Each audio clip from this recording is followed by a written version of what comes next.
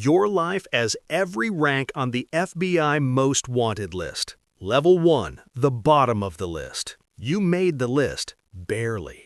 You're number 497 out of 500, and the only people who know your name are 3 FBI agents who drew the short straw and got assigned your case alongside 60 others they care about more.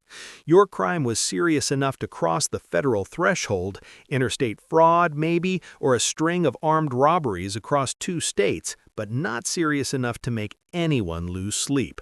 Your photo exists in a database. It gets checked automatically when someone with your description gets pulled over in Ohio or flagged at a border crossing.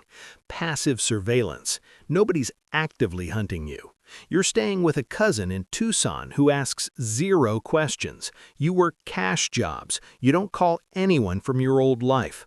Most people in your position get caught in the first 30 days because they can't resist going back. Back to their neighborhood, back to their ex, back to the bar where everyone knows them. Familiarity is a trap disguised as comfort. You resist it. 6 months pass. Your case sits in a queue behind 40 things that matter more. You're wanted technically, but wanted and pursued are 2 completely different things. Level 2. You have a nickname now. You didn't mean to become a pattern. You were just trying to survive. But 3 federal offenses in 4 states over 8 months is exactly the kind of thing that gets an analyst's attention on a slow Tuesday. They put your files side by side, same method, similar timing, geographic spread that suggests you're moving deliberately, not randomly. They give you a nickname in internal reports, something bland and slightly insulting, like the Midwest Ghost, and assign a 4-person task force. 4 people doesn't sound like much. It isn't, until you realize all 4 of them wake up thinking about you. Your face circulates to local police departments across a 9-state corridor. Tips start coming in. Most are useless. People are absolutely certain they saw you in places you've never been. But the task force doesn't need every tip to be right. They need 1. The thing nobody tells you about running is how much of it is waiting. Waiting in motel rooms with the blinds down, waiting in parking lots, waiting for something to go wrong in ways you can't predict. The money is running low. You're eating gas station food and rationing it. The stress is doing something to your face, aging it, hollowing it out, which actually helps with recognition, but it's costing you in other ways. You're tired in a way that sleep doesn't fix. You scout a new target. Your phone stays off. You're smart about that. But the burner you use for maps pings 3 towers during your surveillance window. The FBI doesn't know your number yet, but they have a list of every device in that area. Several thousand phones. They're eliminating them one by one every time you appear near a new location. The list is getting shorter. You don't know this. You think you're being careful. You are, just not careful enough. Level 3. The billboards go up. Something went wrong on the last job. It doesn't matter exactly what. A security guard who moved when he shouldn't have. A split second where instinct overrode judgment. Someone got hurt. They survived, barely, but the case just transformed from a property crime into something that involves the words attempted homicide in federal documents. The task force triples overnight. An intelligence analyst, someone whose entire job is to map criminal behavior like a mathematician, builds a model of you, not just where you've been, but where you're going. The gaps between your crimes reveal things about your psychology. The geographic spread follows a logic you weren't aware of applying. Humans think they're random. They never are. Your face goes on billboards in 4 states. A $25,000 Crime Stoppers reward appears. You're on the FBI website, not the headline tier, but visible, searchable, real. The media finds an angle. They always do. You become a story people follow between commercials, a name people say at dinner tables. That's its own kind of danger, because now 250,000 strangers have your face memorized, and most of them have nothing better to do than call a tip line. Someone from your past recognizes something the cameras captured. Not your face, you'd obscured that. Something smaller. The way you stand, the way you move your hands, the specific angle of your shoulders when you're nervous. People who've spent years studying someone learn things cameras don't intend to capture. The FBI is at their door in 3 hours. Level 4. They know your name. This is the moment everything collapses inward. They know who you are, where you grew up, your mother's address, your brother's workplace, the name of the elementary school you attended, and the coach who remembered you as quiet but intense.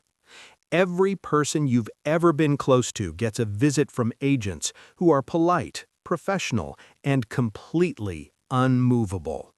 Your accounts are frozen, your email is monitored, every number you've ever called is under surveillance, which means the people you'd most want to reach are now antennas pointing directly at you. Contacting anyone you love is the same as turning yourself in, except slower and more dangerous for them. You're somewhere in the middle of the country, states that blur together, flat, honest, forgettable. You're paying cash for everything, using names that work on people who aren't looking closely. You've lost weight. The beard helps. You look like a version of yourself that someone else was living. But the money demands another job. It always does. That's the math nobody tells you about when you start down this road. Crime doesn't pay, it lends, and the interest compounds every single week. You find a small town, population under 1,000, one bank, no traffic light.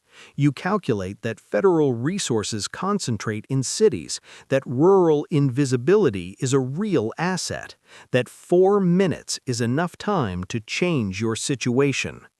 You're right about all of it. The robbery is clean. You're 3 counties away before the sheriff finishes writing the report. What you don't know is that the bank upgraded its security system 23 days ago. Facial recognition tied to a federal database, your eyes, your gait, the specific geometry of how you move through a doorway. The match processes in 19 minutes. The radius closes like a fist, 100 miles, then 50, then 20. Roadblocks materialize on highways you were about to use. You see lights in the distance and turn off before they see you, but the fact that you turned means something to the helicopter watching from altitude. The car gets abandoned. You enter the woods. It's January. Level 5. The Manhunt. 3 days in the cold teaches you things about yourself you didn't want to know. You build fires and kill them before dawn, terrified of the smoke. You eat half a granola bar and call it a meal. The water bottle freezes solid, and you melt snow in your palms and drink it, knowing it's wrong, doing it anyway because wrong and cold beats right and dead. On the 3rd night, you find a farmhouse, dark, empty. A neighbor's car that slows down when it passes on the 2nd day tells you everything. Someone noticed, someone made a call, someone who's probably never thought about the FBI in their life just became the most important person in your story. You go back into the cold. The task force finds your fire pits, finds your tracks. The dogs follow something you can't smell and can't eliminate no matter how many creeks you cross.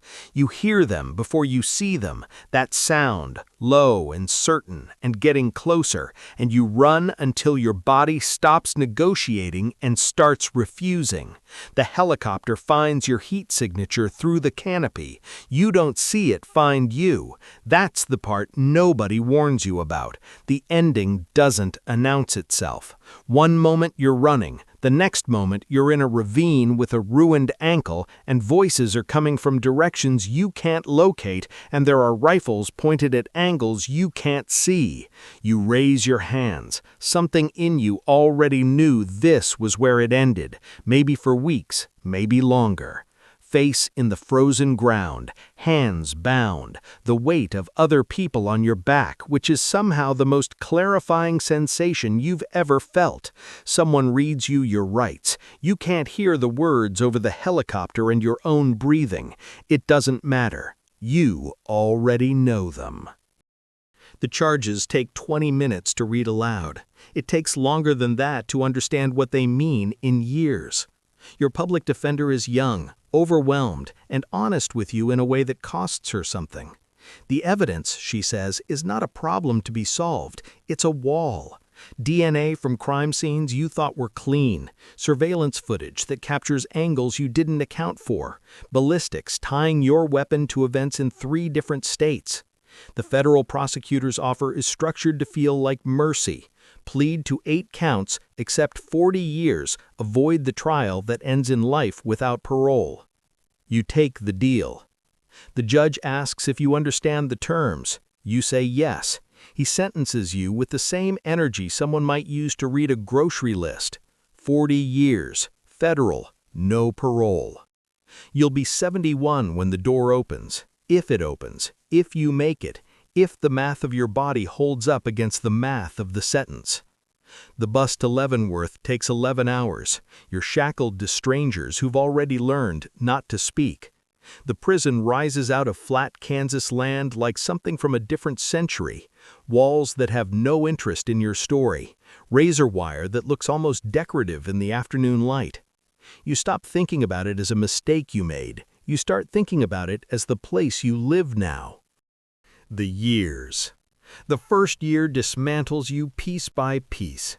Your name becomes a number, your history becomes a classification, your days become a sequence. Count at 5, breakfast at 6, work detail at 7. That repeats without variation until the repetition itself becomes the only stable thing. Some men find religion, some find education, some find violence and let it find them back. You find routine, which is smaller than all of those things, but more sustainable. Your mother dies in year 4. You get the news through a counselor who reads it from a form. You're not allowed to attend the funeral. You sit in your cell for 3 hours and don't speak to anyone, and your cellmate, a man who has been inside for 22 years and long since stopped performing grief for an audience, simply leaves you alone, which is the kindest thing anyone has done for you in years. Your brother stops writing in year 7. No explanation, no final letter, just silence where letters used to be. And then, eventually, you stop checking. You stop counting days somewhere around month 20. It doesn't help to count. Level 8, the other side. 22 years later, the door opens. You're 53, gray, bad knees from a fall in the yard you were never fully compensated for, scars that have their own stories, none of which you want to tell. They give you $600, a bus ticket, and the address of a halfway house in Kansas City. The parole officer who meets you is already skeptical in the specific way of someone who's been disappointed by this exact situation many times before. The world outside is unrecognizable in ways that aren't just technological. The pace of it, the way people move and talk and fill silence with devices and noise, and a kind of constant low-level urgency that you don't have a framework for anymore. You are fluent in a language, the language of that place, those years, that has no use out here. You spend 3 days figuring out how to work a phone. The woman at the convenience store helps you without making you feel worse than you already do, which you will remember for a long time. You were on a federal list once, billboards, reward money, a nickname in internal reports, helicopters and dogs, and agents who woke up thinking about you. Now you're a man trying to remember how to buy groceries and fill out a job application for a warehouse that will almost certainly see your record and move to the next name. The list doesn't pause for any of this. New names appear where yours used to be, new faces on new posters, new task forces with new nicknames in internal reports. People who are absolutely certain they've thought of something nobody thought of before. The system that caught you didn't take it personally. It doesn't celebrate when you fall, and it won't mourn when you're gone. It just keeps running, processing, matching, closing. It's been doing this longer than you've been alive. It will keep doing it long after you're forgotten.